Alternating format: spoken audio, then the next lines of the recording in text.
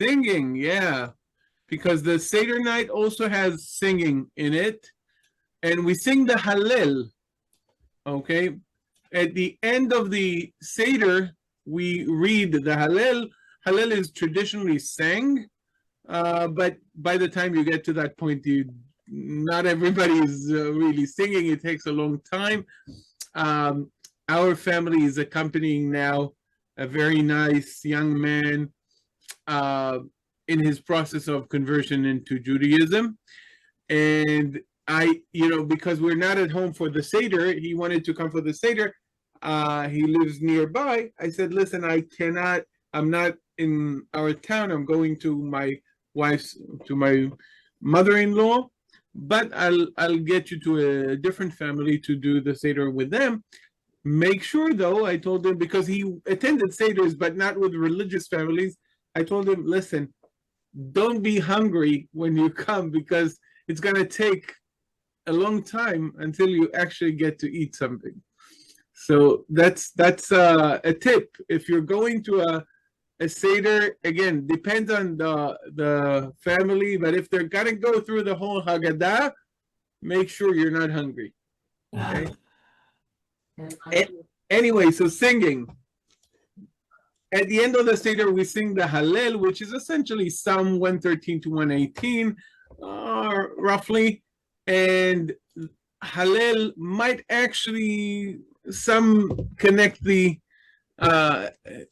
etymology may be to bring light, like Hallel ben Shachar, which is Lucifer. You know what's the etymology of the word Lucifer?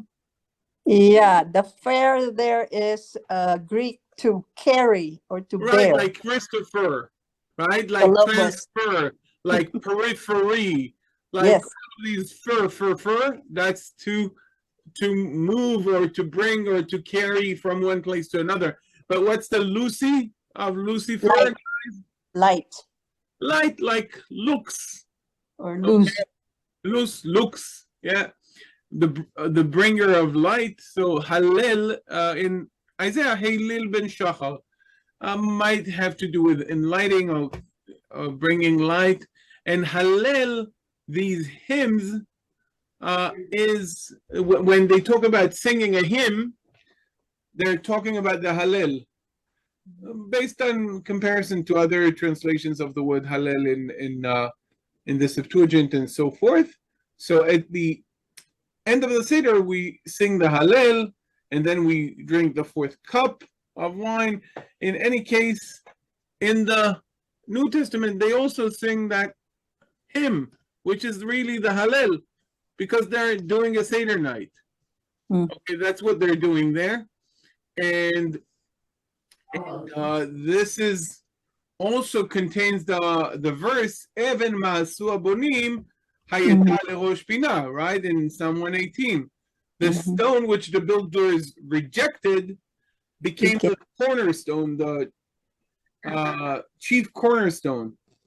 Hayeta lerosh pina, which again, in the world of Christianity, this is something very important, because it talks about how Jesus views himself, or how Jesus is viewed in Christianity. Okay, so that's the four elements that we see in the Pesach. Okay, the idea of a moving mouth, if you will, movement of eating, drinking, talking, and singing, and how they are all reflected in the world of late Second Temple period Judaism and in the Last Supper.